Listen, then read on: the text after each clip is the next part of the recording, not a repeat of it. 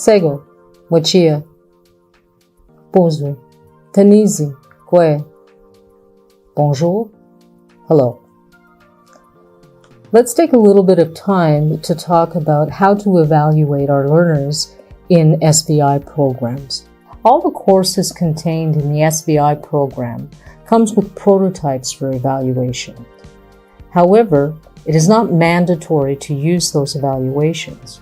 You can actually use them as starting points when devising your own form of evaluation for your SVI learners. I know that we have a different view of evaluation. And in this case, evaluation is not a competitive thing. The evaluation process allows the learner to be able to develop a greater knowledge of how they are doing within the program and how they are measuring themselves in comparison to the criteria that was established for the program.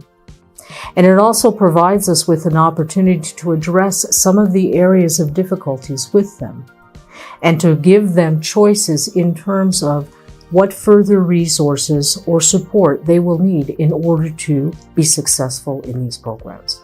Each prototype comes with 4 different tools. The first is the definition of evaluation domain, or the DED.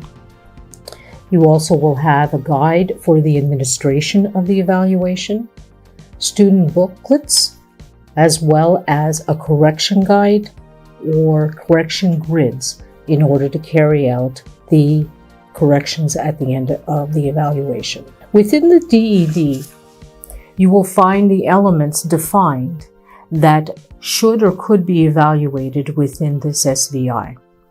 Again, it is up to you to look at those elements and decide which ones apply to your learner while you are building your own evaluation for them.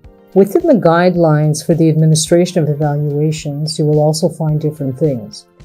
The evaluation itself, how to prepare for the evaluation for yourself as well as for the learners, in addition to the needs within the evaluation time. So the time allotted for the evaluation, as well as to the resources that are recommended or needed to complete the evaluation. And finally, there's also what to do once the evaluation is completed.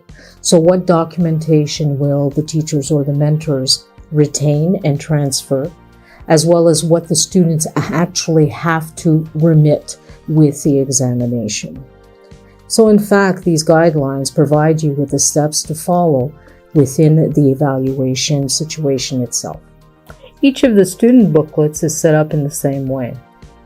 Begin by providing a situation to the learner or to the student and the context in which that situation is actually taking place. It will also explain to the learner what tasks need to be carried out or undertaken by them, as well as what tools and resources they can access during this evaluation. Finally, it'll also explain to them the amount of time that they are allotted to be able to complete this. So all of the work that is being done by the learner during the process of evaluation is actually done within the student booklet. And it is important to retain that because it is what the learner will actually remit at the end of all of the evaluation. The correction guide is provided for us in a way of assisting us in the actual correction of the evaluations completed by our learners.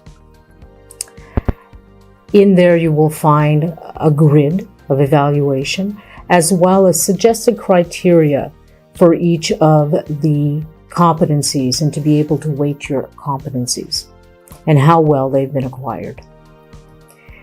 In larger centers, standardization may be valued more than in smaller centers.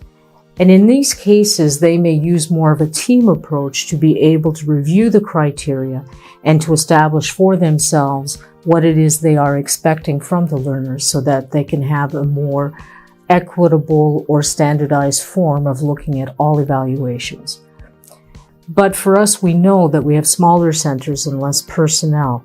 Though a team approach could be used in the same way as in the larger centers, We know our students, and so that our evaluations are often more personal since we know the student and the learner who has undertaken the evaluation. However, we do need to take a step back and to try and be as objective as possible, and also to review not the evaluation itself with the students, but to have the discussion with the students following the evaluation as to what strengths and what areas still need to be able to work on. So in summary, when we are looking at the evaluation process, it is not so much for us to pass judgment upon the learners. And we would like to discourage our learners from doing that and comparing themselves to others. However, it becomes a tool for us to be able to monitor progress and development throughout the whole process. For students, it may provide them with some clarity as to how well they've accomplished certain tasks and give them an idea of how much more effort may be needed in one area, or do they feel that they have acquired this competency sufficiently to be able to move on to something else. For us, it will give us a lot of information as to how they learn and what it is that they may need in terms of support or resources to continue to be successful in an SVI program. For more information about the evaluation process or assistance in being able to build your own evaluations, please do not hesitate to contact us at La Triac for l'équipe choc organisationnelle. Niawa, Welalan, Tinash Komitin, Miigwech, Nakomik. Merci. Thank you.